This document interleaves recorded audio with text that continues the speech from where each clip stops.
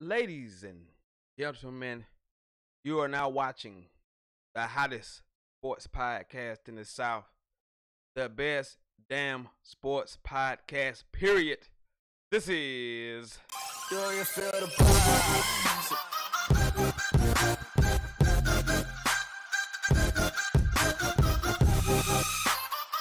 Yo, what is up? Welcome to an Overreaction Monday, a special Overreaction Monday show. We're going to do something a little different here in just a few moments. We're going to do something a little different on today's show. We're going to do a little open Q&A. That's where you ask me a bunch of questions, and I, being the knower of all, gives you the answers to those questions. Something we used to do on Facebook in the old show called Sentell's Q&A.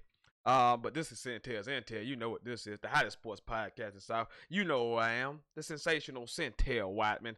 I'm glad you could be on this rainy, chilly Monday outside. I personally, I'm off, so I loved it. I have enjoyed it thoroughly. And then we also going to get into a lot of sports talk. Obviously, we're going to get into the Cowboys defeating the Philadelphia Eagles last night. Also going to get into the Clemson Tigers beating Boston College, Florida defeating South Carolina over the weekend. Georgia gets a win over Auburn. So we got a lot of things we can discuss as well. But I want to turn this thing over to you viewers. I mean, you can post your question on the Sentell's Intel fan page.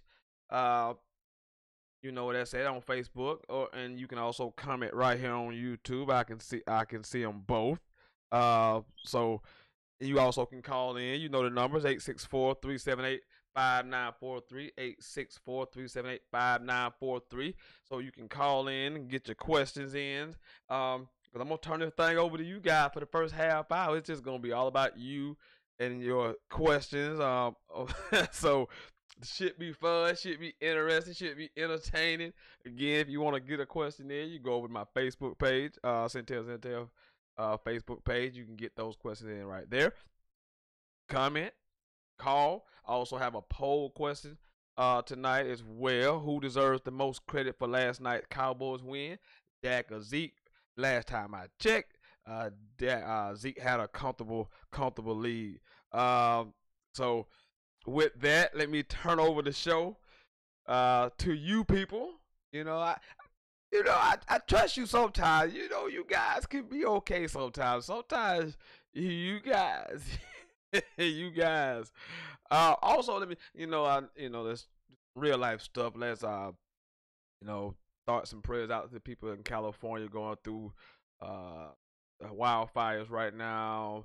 First responders, firefighters, everybody been affected by that right now. Hopefully we can get the situation resolved without a lot of loss of life. Also, they had the shooting as well, maybe a day or two before this in Thousand Oaks. So prayers to those victims.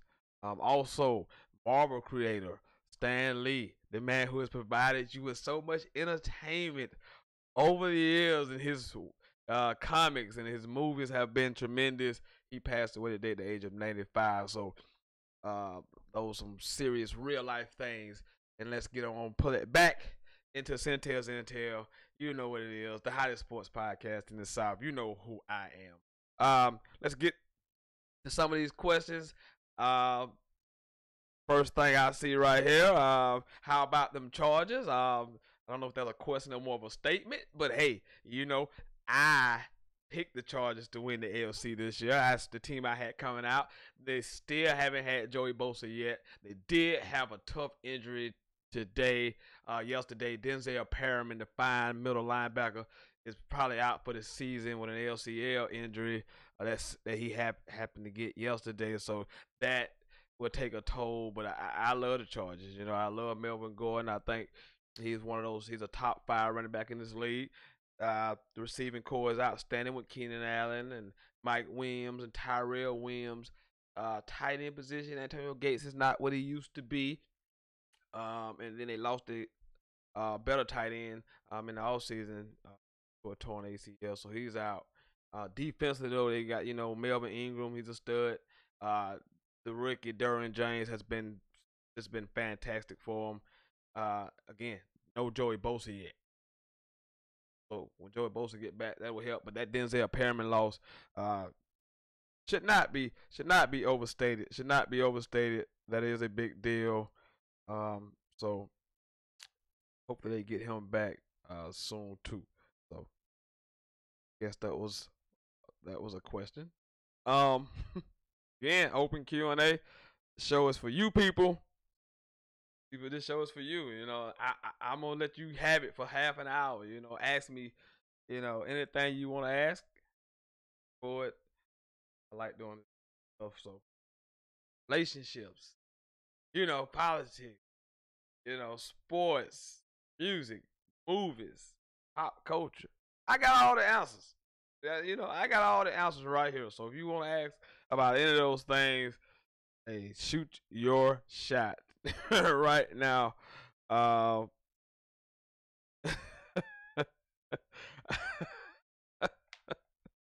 I'm going to, yeah. Okay, my real job. So okay. Okay. All right, Q&A, open it up. We open it up to you. Lines are open. 864-378-5943. 864-378-5943. And I laugh because the next question that I have, Mr. KDD asks, could you be friends with Zach Smith? And the answer to that question is hell no.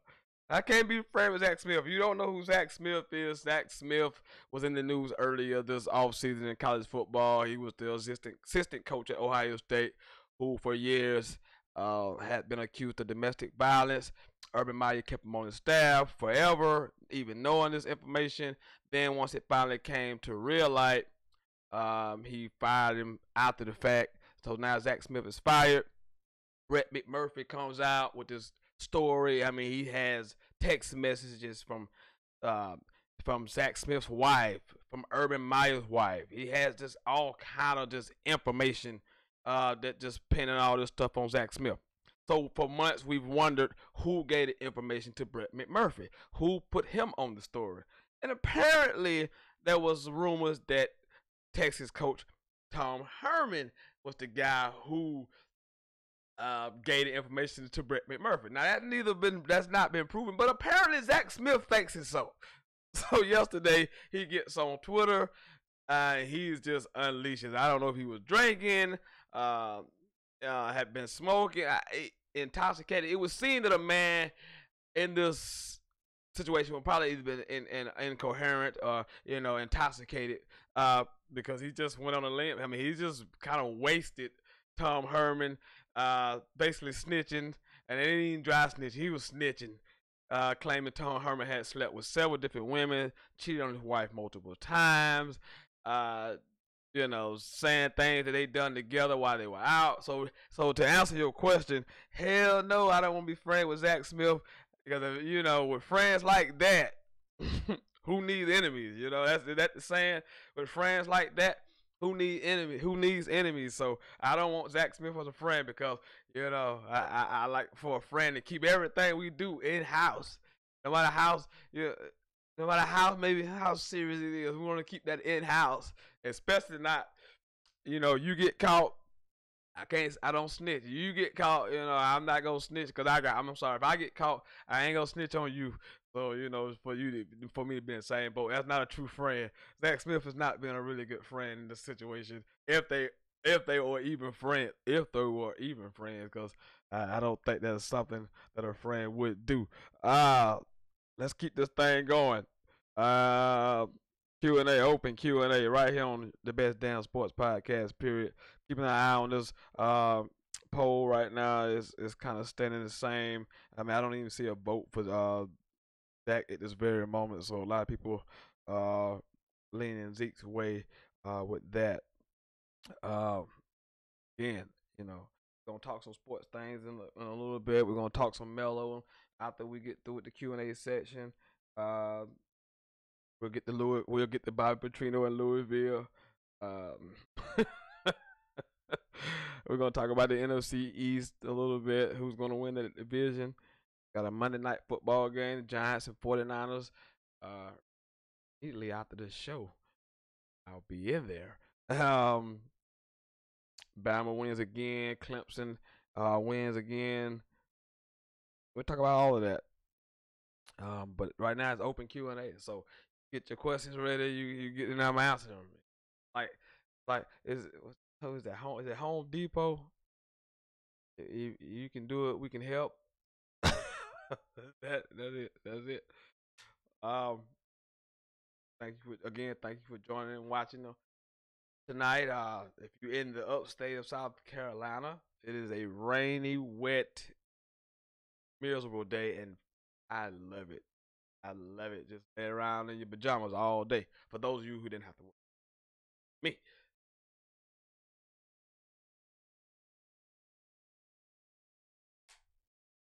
All right, all right. Open Q&A.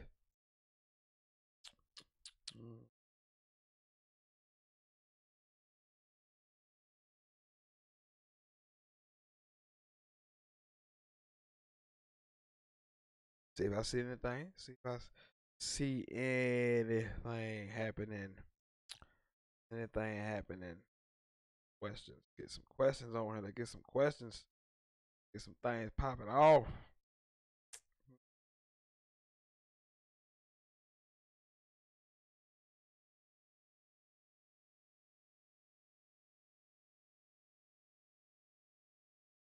No, no, nobody. No, right now I have no questions right now. Hey, how we supposed to have an open Q&A if we got no questions? I need you people to ask some questions. That's. Hey, this show is for you. It ain't my. It's no longer my show for the first half hours. It's your show to ask me whatever you want, to say whatever you want, get it off your mind. So right now, open Q&A. So before we dive into all of this stuff that happen in the sports world, and we're gonna get into all of that again. We're gonna go over all of that stuff in a moment. Cowboys, Philly, uh, Browns get a win yesterday uh, over Atlanta. So Atlanta's pretty much done. I think for as a playoff berth, I think they're done. Especially given how tough the division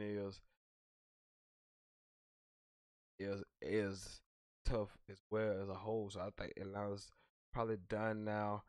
Jacksonville, I think their season is over with. After that loss yesterday to Indy, they played well. I mean, it seems like when Leonard Fournette, the offense plays a lot better when Leonard Fournette is in the lineup. But they still got a loss, so they they're done. When we talk about the Titans and the Patriots too, as we get further into the program, crushed the Titans. The Titans crushed the Pats yesterday. 10. Do I think the 49ers win tonight? Uh, okay, who is Nick Mullins? That's the question we gotta ask ourselves because he looked great, but it was against the Oakland Raiders. So everybody had looked great against the Oakland Raiders. Um, it should be interesting tonight. Reuben Foster is out for the 49ers. Pierre Garcon is out. So on a defense that's really struggled, especially against the pass. I expect Odell Beckham to have a really good night against that 49ers secondary.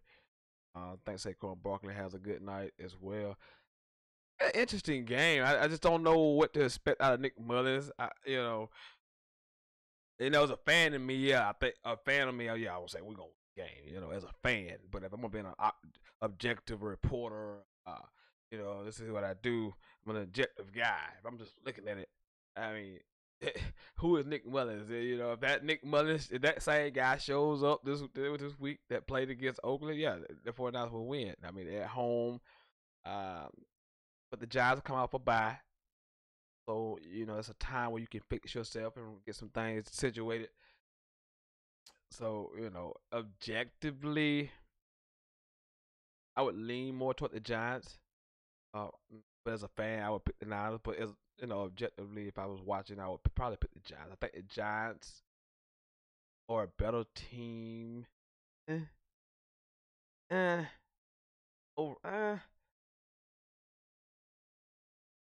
I think they have more offensive weaponry.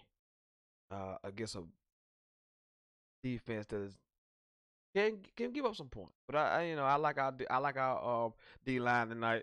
I love Buckner, Forrest Buckner, Armstead. I like Ronald Blair has been playing fantastic. Don't like the fact that Reuben Foster's out. I don't like. I mean, you talking about a 1-17, 2-7 football team. Be interesting to see how many people actually tune in tonight to watch this game. Two cornerstone franchises though in the NFL, the Giants and Niners, tonight. Again, objectively, I think the Giants win. As a fan, I think we win, of course. um, New AP poll out for college basketball, and the number one team in the country is now the Duke Blue Devils. After that impressive win in Tuesday night against Kentucky, and they also beat Army yesterday. Beat Frog Kansas, take over the number one spot, and off and running we go. Hey, open Q&A, man. You know what it is. Sentell right here live on YouTube. Hey, if you're on my Facebook, you can also get in with your questions on Facebook.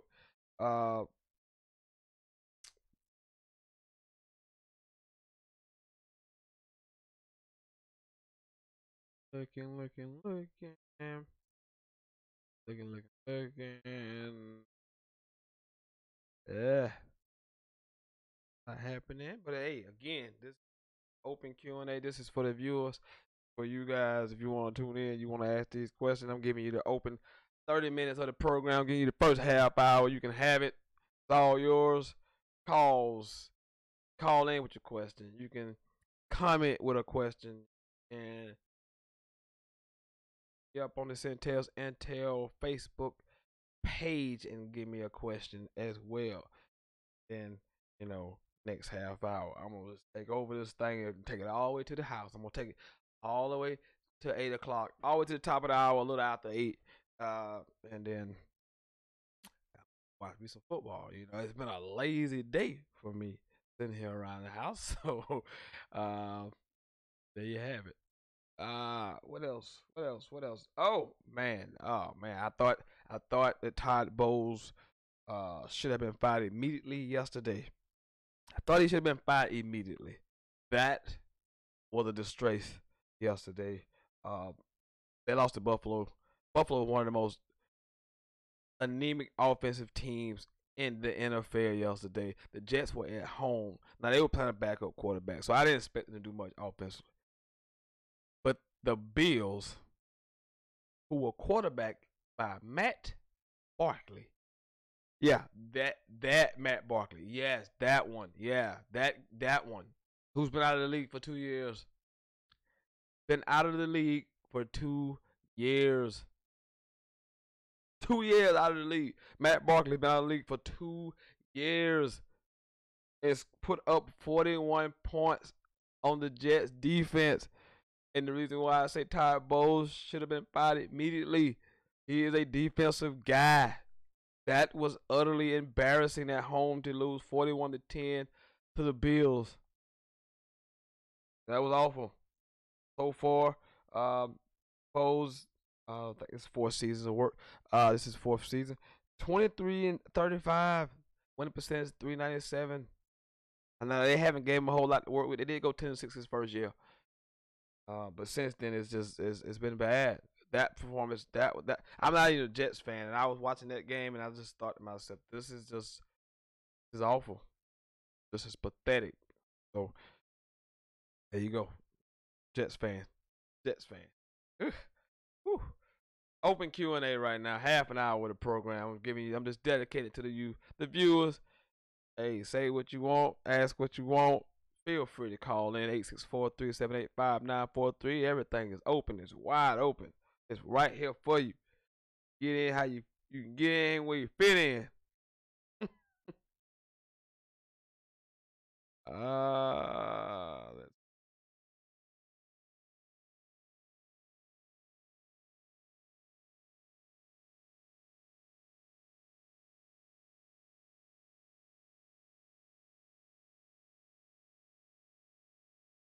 Let's Right, all right, all right. Not seeing any questions right now. Let me ramble on a little bit longer. Let's see what I'm trying to save all this information before I can get into the show. Um, the Rams win yesterday, but it was costly. They win again yesterday against the Seahawks 36-31, but they in the process they lose wide receiver Cooper Cup. Just a terrible, terrible, terrible loss. Tore his ACL. Uh, had over 600-yard receiving, and he missed a couple games early in the year because of a concussion. So now he's gone for the rest of the season. So just the Rams defense. I mean, the Rams are leaking right now. They're leaking. They win a lot of games, but defensively they can't stop anyone. Now they lose one of their better offensive players. So Cooper Cup out for the season for the Rams. Hey, you know what it is. Sentell. Right here live on YouTube. I'm Sentell Whiteman, the sensational Sentell Whiteman. Uh, I opened the show up and I just gave it to the viewers. I said, hey, open Q&A. Ask whatever you want. You can get in here however you live comment, phone calls, Facebook page, Sentell Facebook page. However you want to do it. That's how you can get in with your question. And that's gonna happen for about 10 more minutes. 10 more minutes or so. 10 more minutes or so. And then I'm just gonna go into a lot of things on my own. But right now I'm just open Q and A to all of you. Open Q. So whatever you want to do with that information, you can do with that information.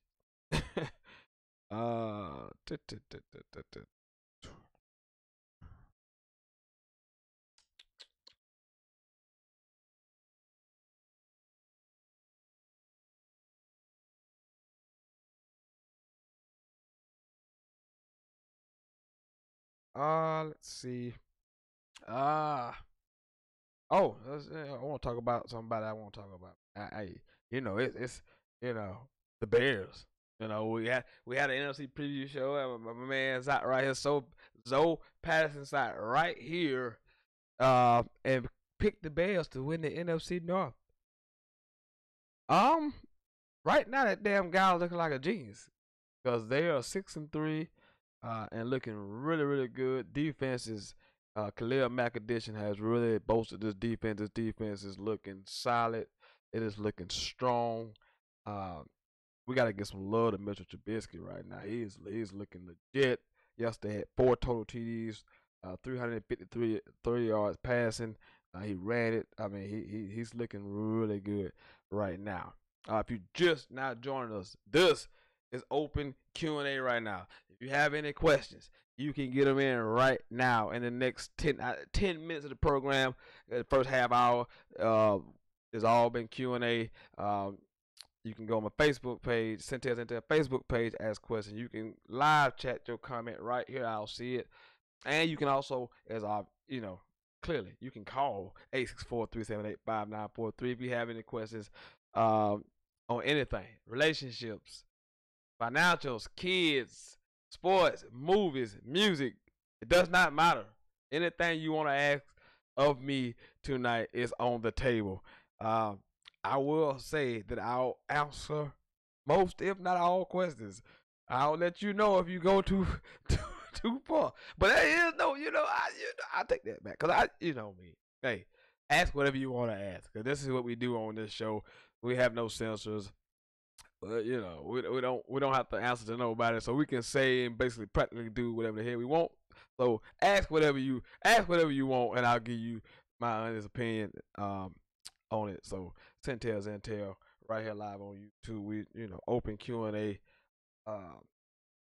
Then we're gonna get into some other things as we go out through the program. Like I said, we're gonna talk about the NFC East. Who's gonna win the division? We're gonna talk about that.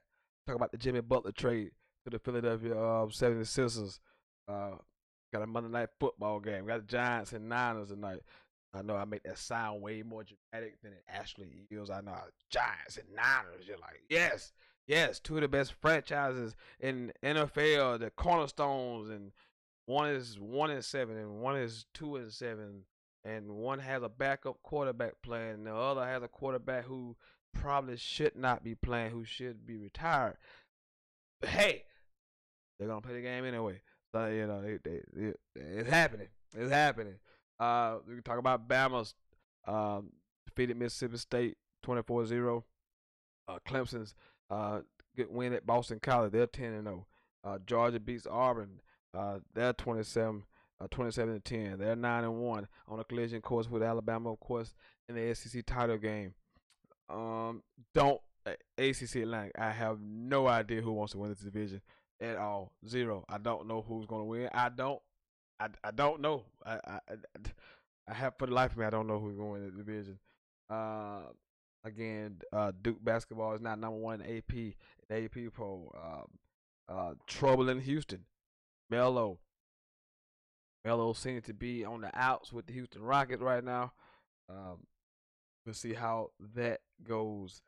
Also, we'll get into Bobby Petrino was fired by Louisville after his second stint. Five and maybe 6 seasons back at Louisville after they had a great first run, early 2000s. So we're getting all of that. Titans beating up on the Pats yesterday. We can talk about that as well. But right now it's just open Q&A for a few more minutes. Open Q&A. Ask whatever you want. Get in here. Get in here. However you want to get in here. Get in here. I'm letting it. Looking at my poll question right now, it's looking lopsided. I mean, it has nothing has changed on this poll question whatsoever. Most people still think that Zeke Elliott, which I agree with that too. That Zeke Elliott is clearly the most important Cowboy, especially from an offensive standpoint. He makes the offense so much better. Q&A. Hey, get in here, get your questions in, because I'm gonna get more in depth with these other things. A few moments. Let's see. I am looking. Looking. Looking. Looking. Looking. What we're gonna do is, when it's time, we're gonna take a quick little break. Hey, there it is, Sentell. Sentell right here live on YouTube. I am the sensational Sentell Wideman. I opened the program up first half hour. I said, "Hey, get in here, ask some questions if you want to." That's open Q&A. It could ask anything. It didn't have to be sports related. It could be about anything. Figured I would do that for you guys, for my viewers out there. But hey, a few more minutes. Then I'm gonna take a quick 20-second break, and we're gonna come back and we're gonna dive into the show. And I'm gonna talk for 30 minutes. Nobody want that. I'll talk for half an hour, 35 minutes, and whatever happens, happens. Phone lines will still be open there during that point. If you want to get in, it is an overreaction Monday, so you can call and overreact and react to what you saw over the weekend from college, NFL, NBA, all of that going on at this very moment. We'll talk a little bit more about the NBA when we talk about Jimmy Butler, Sixers. All right. Well, I've come to the half hour point. About the half hour point of the show. Uh,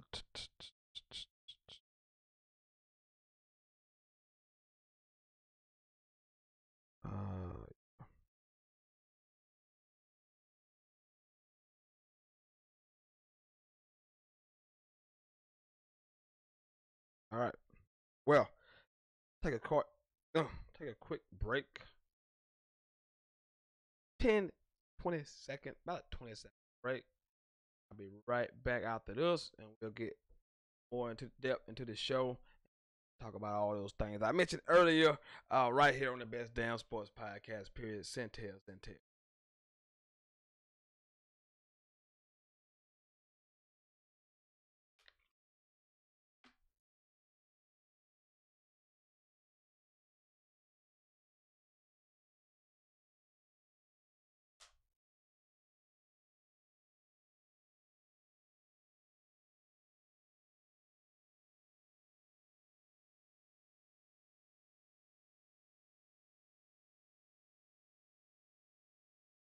Well, all right. We are back. Let's get into it. Let's go.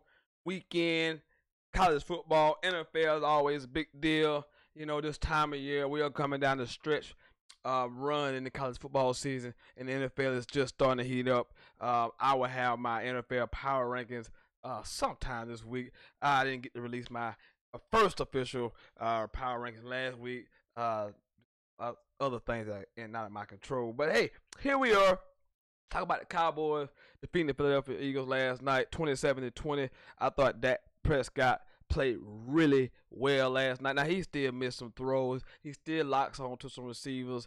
But when it was time, he made every play. He made all the throws that it took to win a football game. But this is about Zeke Elliott. I mean, the Eagles came into the game third in the league in giving up rushing yards, and Dallas ran all was Zeke Elliott ran all over him for a $151. Had 185 plus yards of total yards from scrimmage. He was sensational. Cowboys offense was 8 of 16 on third downs.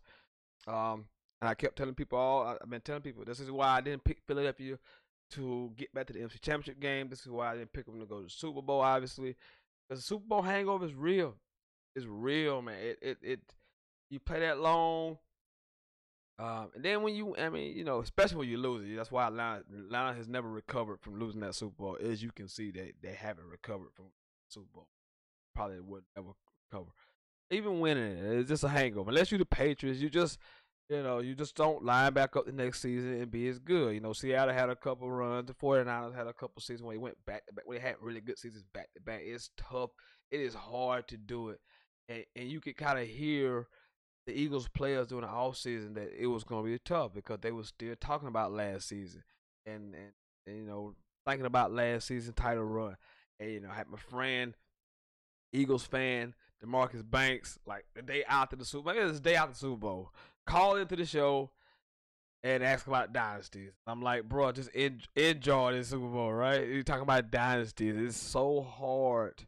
It is so hard in the NFL to be good consistently year in and year out. That's why what the New England Patriots are doing is just unbelievable because no one does that. It is so hard to continuously be good. And even though I think Carson Wentz is a franchise quarterback who can keep you relevant and good for the next decade, the other pieces around you have to be good as well. And they're not as good, especially on the back end. Today they lose another cornerback. I think Ronald Darby is out for the season. They were already down 2 cornerbacks. The offensive line play has not been good. You lose Jay Ajayi early in the season to a knee injury. So, I mean, nothing is the same. Uh, I picked the New England division, and we're gonna get into that in just a second. But nothing is the same. Carson has moments where he looks really good, and he has moments where he doesn't look really good. Uh, they haven't run the ball yet. They can't run it as efficiently as they did last year. I think it was a top 5 rushing team in the league last year, if I'm not mistaken. So they could stop the run last year and run the ball. This year they were stopping the run until they played Zeke. They hadn't played any really good running backs until that point. But that Dallas dominated up front last night with that offensive line. It was the first time I saw that offensive line really look like the Dallas Cowboy offensive line that they are built up to be. The offensive line that we are told and led to believe that they are. They showed up last night. They showed up big time last night. Dominated Philadelphia in the trenches again. They just ran it down their throats. And defensively, they stayed in Carson Wentz face all night long. DeMarcus Lawrence, Randy Gregory, They got some dudes now. They got some guys on the outside who can get it, and they linebacking core. Oh my goodness! Even without Sean Lee, Jalen Smith. I mean, and, you just gotta clap your hands for Jalen Smith. I mean, what he's been through a few years ago, plays in the bowl game, blows out his knee, nerve damage to his knee, sits out his rookie season. Uh, Second year is kind of not all there halfway through the season, but this year, this is the guy who was going to be a top 10 pick out of college had he not got injured. Now he's with the Cowboys. He is just a physical, dominant linebacker. Oh, he is really good. And now you got Vander Esch, the first round pick out of Boise State, making plays. He caught a pick last night. He made a huge play on the third down, and two late in the game on the Philadelphia Eagles' last drive of the game. He just blows up a screen pass and makes the tackle. So their linebacking play is good. Moving Jones to cornerback has been a godsend. The other one, Woozy, I think his name is Woozier. He's really good. Safety not as strong, but they got some. He plays okay. They make some plays back there. But this Cowboy defense is for real. They can get out there and do some things. Offensively, just too inconsistent is why they won't make the playoffs. They're just too up and down. Because once you take Zeke away, Dak is not at the point where he can just win a game on his own right now. He just can't. But they are built to run the football, and when they run the football, good things happen, which happens in most cases of in football. I mean, if you run the football and control the line of scrimmage, 9 times out of 10, you're gonna win. You're gonna win football games if you can run the ball and you can stop the run. I mean, that's football 1-on-1. You can run it, stop the run. Hey, good chances. Chances are you're gonna be in a good position to win the game. Good chance to win the game without a doubt about it. Now, for the division goes, Washington 6-3. They beat Tampa yesterday, but they gave up 500 yards of offense. Now they were able to keep Tampa out of the end zone. Now I don't know if that's the ineptitude of Ryan Fitzpatrick down in the red zone, the play call and what have you. But they gave up 500 yards yesterday to a Tampa Bay team who can put up yards. So I mean, how much do you trust Washington? I mean, Adrian Peterson at running back, Josh Dyson, Jordan Reed, but really Alex Smith. I mean, how much do you trust Alex Smith when the weather gets cold? Can he push the ball down the field? Probably not. And then look, I picked the Eagles to win the division. I still think they have the best quarterback, which is Carson Wentz. But they're not the same team. And now the trade deadline has passed. You're down cornerbacks. It's going to be a struggle. I don't know if they can turn it on that much, but I don't trust Washington. I don't trust Alex Smith. I just don't trust him as a guy that can get this done. Now, I'll be surprised. Now, you give me another 2 weeks from now and let me see how this thing goes, how this thing plays out, and I'll, come back. But now, I'm going to stick my pick with the Eagles for right now because they're only 2 games back. And I believe they haven't played I believe they haven't played Washington yet. So I think they have 2 games against Washington. So until those games happen, I'm gonna stick with the Eagles. But I'm not confident at all in that pick whatsoever. This division is kind of wide open right now, except for the Giants, obviously. But I'm gonna stick with the Eagles, and we'll see how that goes.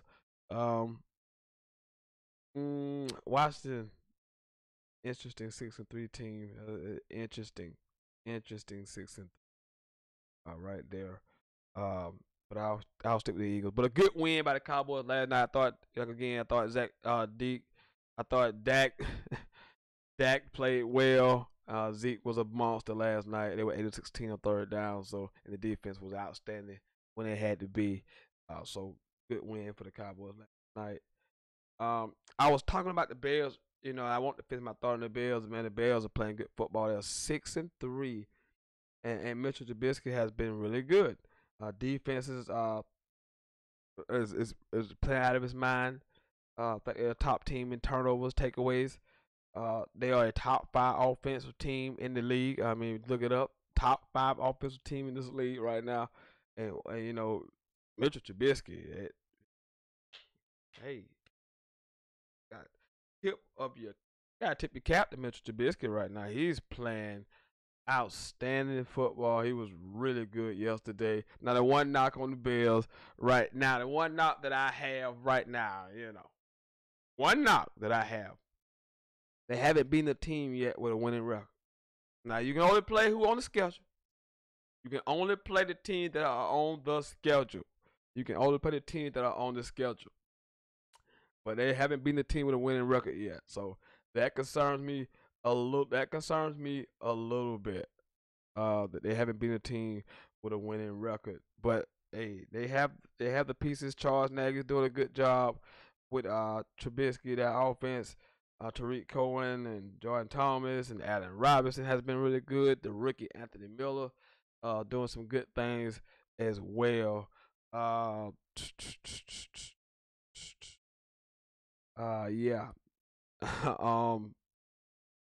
So that's that. Let's move on. Tennessee took on the Patriots yesterday and they clobbered them. Tennessee defensively, man, that's the number one scoring. Let me say this again: the number one scoring defense in the NFL belongs to the Tennessee Titans. They crushed Dallas on they crushed Dallas on Monday night. Go home, take on the Patriots and Tom Brady, and they just dismantled them. Tom Brady, no TD passes. It was like completion percentage was around 50%. It was horrible. They just beat him up yesterday, and then offensively they was able to do a lot of things. Marcus Mariota, man, a few weeks ago I was ready to give up on this guy. I was just throwing my hands up. What's happening? What's going on with Marcus Mariota? But I tell you, he's been good late. Played a really good game yesterday. They ran the ball really well. Derrick Henry scored twice. And Deion Lewis, the ex-Patriot, had some interesting comments after the game when I asked about the Patriots. About that's what he's quote. This is what happened when you put a cheap team against a team who wants to spend some money. You get your ass whooped. So hey, all right, Deion, I see you. I hear you, Deion Lewis. Yeah, but you know the Patriots, the Patriot way, they underpay players and they ship you out when you demand big money. So you know Deion Lewis is there. Malcolm Butler is also with the Titans as well. So 2 former Patriots that on that team. So and also the head coach also played for the Patriots. His name will come to me in a few minutes. How did I lose his name? I don't know. It's just on my head, and all of a sudden I just lost his name. Vrabel, Mike Vrabel. Vrabel. I'm sorry. He's the head coach of Tennessee. So a former Brady Check player, now head coach, gets the better of Bill Belichick in the New England Patriots. Yesterday, I thought it was a good win. I just dominated them. Just dominated the Patriots up front. They had no Gronk yesterday, so that didn't help. But they stopped the run, and just I told you I didn't pick the Patriots to win the AFC. I didn't pick the Patriots to win the AFC conference this year because I just thought it had too many holes. I mean, it comes a point where you have too many holes. Like you can't overcome these things. And you kind of saw it last in the Super Bowl when they gave all of those points. You know, you look at them, you got like 1 or 2 guys that maybe defensively you're like, okay, this guy is really, really good. Like that's only like you got a couple of those guys in that defense. You say, okay, this guy's really, really good. But some guys are just average players to below average players in that defense. A lot of this, you know, even with the scheme, Belichick can't even scheme up lately. Can't stop anybody. They're having to try to outscore people, and that's not gonna work. You look at a Tennessee. You look at a LA Chargers. You look at a Houston Texans. Those are teams that potentially can match up with the Patriots. And those teams defensively, those teams can cause problems. Those teams can get after the quarterback. those teams can hold the Patriots under 30 points, under 28 points. And now you're in trouble because defensively you're not nowhere near as good as you used to be. Now I'm not overly concerned. They'll win the division, and by the end of the season they'll be propped up for scoring defense. They're playing those bad AFC East teams, but those defenses give them problems, and they're not. I just can't see New England being able to outscore people like that. It just you're asking an awful lot of Tom Brady at this point in his career to dig you out of some holes and certain things like that. That I just don't know he's capable. I just don't know if he's capable of doing those things. And we're gonna get to some basketball talk in just a few minutes. But the lines are open if you want to call in. You can still comment. I know you asked questions earlier with the Q&A session, but still comment with a question or whatever. You can still call in at 2-864-378-5943, 864-378-5943. We're gonna move into some basketball. We're gonna transition into basketball. Hey, here we go. We're going NBA now. We're going to talk about Jimmy Butler being traded to the Philadelphia 76ers. I thought it was a great move for the 76ers.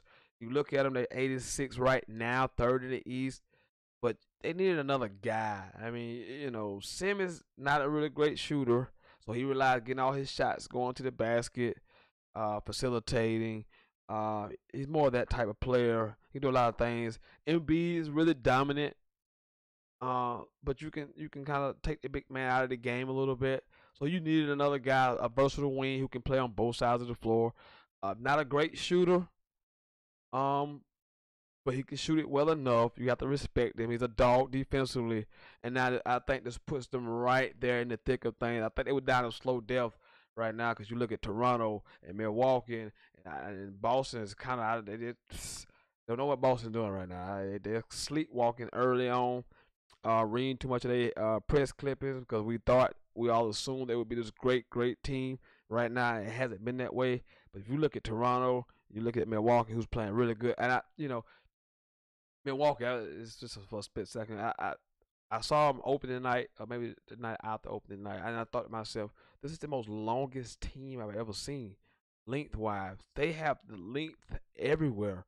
Everyone is long and has long arms and just it is crazy this length of this basketball team. Um, they're gonna be tough. Now they beat the Warriors the other night. We don't know how much the Warriors came out the regular season. I don't think Steph played it as well, so we don't know. But they are playing really good basketball. Toronto has been great. Now we know they're a regular season team, but I think it's a different mentality because when you add Kawhi Leonard, when he's healthy, when he's right, he's a top 5 player. He's a top 5 two-way player in this league. But with that trade, I think Philadelphia gets back in there with that toughness. Needed a tough-minded guy. Needed a two-way versatile player who can also put the ball in the basket. I think this lunch is them back up in there. And how about the shift the power, right, from the West to the East? West, you look at the West right now. All these teams are struggling, kind of just melting around. And then you go into the East and you look and you see Toronto, see them Milwaukee. Now you see the Philadelphia as a Jimmy Butler waiting on Boston. We assume Boston's gonna be good. We assume that Boston's gonna be right. That's the assumption that Boston is gonna be right. We assume these things. So I think this trade is great for Philadelphia. I think it was great for Minnesota too. This clearly Jimmy Butler was not gonna work in Minnesota. Was not gonna work. They were 4-9 with him. Maybe 4-8 and 4-9, 4-8, 4-9. Either way, they wasn't doing any good with him. It clearly wasn't working. Jimmy Butler, Karl Anthony Towns, and Andrew Wiggins did not get along at all. So, I mean, you could just see that. You can kind of see that coming to a head. So, a move had to be made. But I think Minnesota gets better. With the emergence of Derrick Rose playing better. Now you can just let Karl Anthony Towns and Andrew Wiggins do their things. Hopefully matter of fact, Karl Anthony Towns had a big game the other night at 39, like 19. It's still lost, but he had 39 and 19. But sometimes subtraction is a good addition. So I think Minnesota be better off long term, but you don't want to be 4-9 in the Western Conference. At least you would think, but the conference is struggling. They're not. The Rockets have fell back, way back. Portland is playing okay. Utah is not what we thought they would be right now. Denver's playing okay. I mean, but outside of Golden State, there's no one in the West that's taken off. And I kept trying to tell you people during the offseason yeah, about Lakers and LeBron and why I thought they would be okay. I look at the West and I'm like, if you look at the West last year, they only had two teams that were over 50 wins. Now you can say they beating each other up, but if regardless, the records are the records. So if you don't get with 48 wins and you 49 wins and you're a third seed, you don't think Bron could get 48, 49 wins, maybe 50? That puts you at a three. Yeah, to this year it might put you at 2. I mean, so the West is not, they've been a juggernaut before, but they're not a juggernaut right now. They have a lot of talented players over there, but they don't have those teams are not good. I mean, if you took out the Warriors from the West right now, the East is clearly superior than the West. If you took the Warriors out of the West, top to bottom team wise, I would match those teams in the East all day against those teams in the West, and I would feel real comfortable about it. That the East would be able to, handle themselves quite well against the Western Conference team. So, and again, this trade I think is good for Philadelphia. They get a dog in Jimmy Butler. We know what he represents. They 8-6 in the East right now, third, so they're right there. Minnesota's 4-9, so you have to make a move because you can no longer. They are next to last in the Western Conference, so you have to start winning some basketball games before teams start to figure it out. The OKC's figure it out. Pelicans figure it out. But right now, those teams are just kind of meddling around. No one's off to this great start. Denver was, they cooled off a bit. No one's off to this great start in the West other than the Warriors. So, I think both parties should be encouraged by the trade. Welcome to the show. If you're just not tuning in, you know what it is. Sentell right here live on YouTube. I'm the sensational Sentell Whiteman. The first half hour open Q&A didn't go as planned. Didn't go as well as I thought it would go. I thought we'd have a lot more questions, but we didn't. It happens. But I'm here. I'm here regardless. I'm here for you people. This is what I do. And we just spent the last couple segments talking about the Cowboys and Philadelphia game, talking about the NFC East a little bit. We talked about Jimmy Butler going to the Philadelphia 76ers. Tonight, Monday Night Football, 49ers, Giants, ESPN. I know I'm hyping this thing up. I'm trying to hype this thing up if I possibly can. I'm trying to hype this thing up, and I really am. I'm trying my best to hype this thing up. So 49ers and Giants tonight on ESPN. At 8:50 opening kick. Other things of note over the weekend, like I said, Bama rolls over Mississippi State 24-0. The biggest story of the game really is they helped the Tua Tagovailoa got hit on that knee again. He's not 100%. He's hobbled, and to me that opens the door for a lot of people. Georgia can, sneak in the back door in that SEC championship game. If Tua is not healthy, if Tua is not 100% healthy, it changes everything. Because, I know we want to believe that Alabama is this great, invincible team, but they're defensively, they're good, but they're not playing any really great offenses. They really haven't. Texas A&M are probably one of the better offenses that they played. And, they did some things offensively. Mississippi State had some people open, running around against them, but they have an incompetent quarterback, so that didn't work. But Bama's not unbeatable. They're not invincible. None of those things.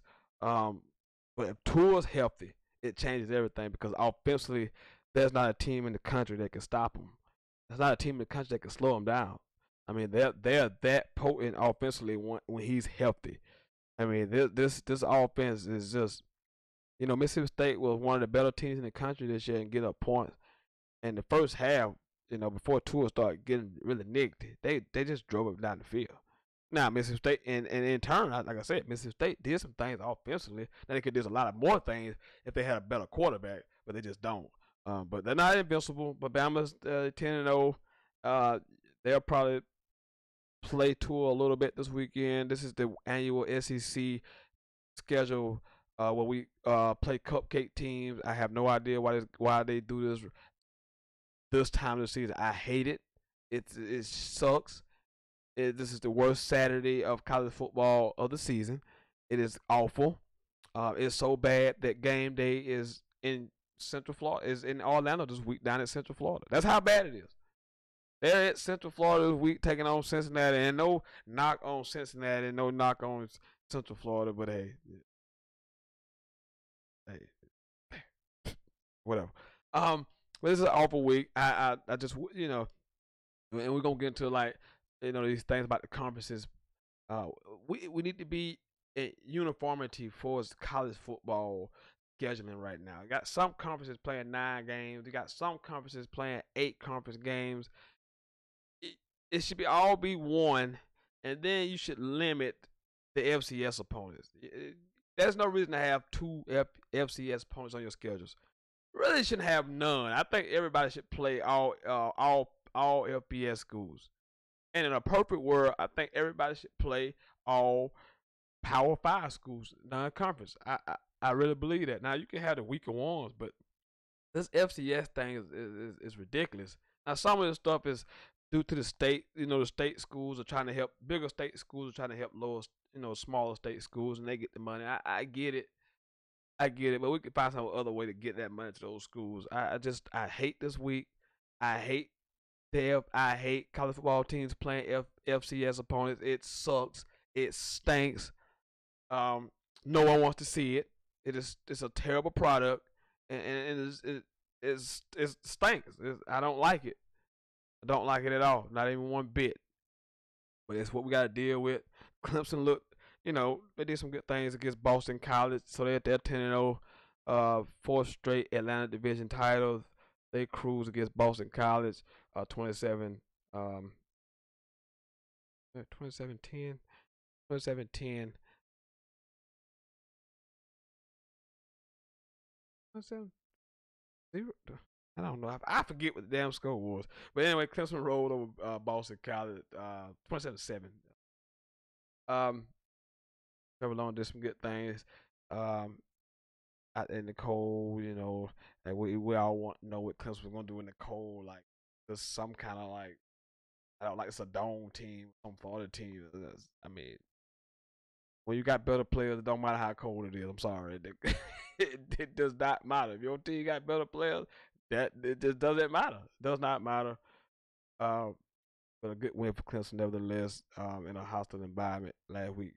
Also, Florida defeated South Carolina last week.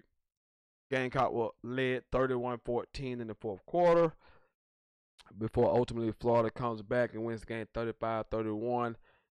Just a crazy game. I mean, I thought Florida walked through the first half of the game, and Jake Bentley played a really, really good game. And I thought 4th quarter was all about Will Muschamp. And I've seen this movie before. He got ultra conservative. And it's always things that lead to a comeback. The offense didn't do what they were doing to get the big lead. Then the defense didn't do what they did to keep the big lead. It's hand in hand. So there's 2 things going to a comeback. The other team starts playing a little bit better, and the other team doesn't play as well as they did in the first half. But nevertheless, a good win for Florida. I mean, a comeback win at 7-3 after a 4-7 season. So, withstanding that Missouri loss, which was just horrible. Good season for Dan Mullen. And if they can win the next 2 games, it would be a huge season with a potential chance at a New Year's 6 bowl game. That would be huge for the program, especially in the first year under a new head coach. So if they can win the next 2 games, it would be outstanding. For the Gamecocks, they gotta look forward to a date with the Clemson Tigers to end the season, which would be a night game, 7:00, Death Valley, ESPN. So we'll see if the Gamecocks can make the game at least competitive. It's gonna be tough. If it was in Columbia, maybe it'd be a little bit more competitive, but in Clemson, I can't see it. Um, second line defensively, Florida rushed for about 370 yards against them. I just, it's gonna get a little ugly. I just see that getting a little ugly for South Carolina against Clemson in a couple of weeks.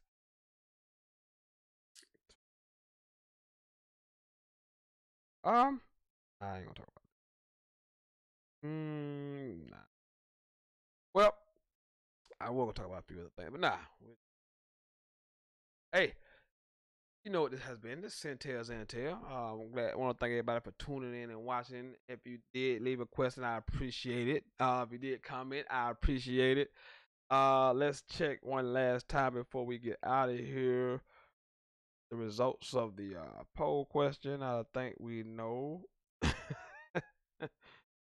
I mean, it was 100% Zeke that he was the most deserved the most credit for the Cowboys win last night. Had a write in for Van Der Esch, the linebacker, Leighton Van Der Esch, and I agree with that. I thought, at first I was gonna ask the question defense versus Zeke, but I just chose to go singular with Dak, and so.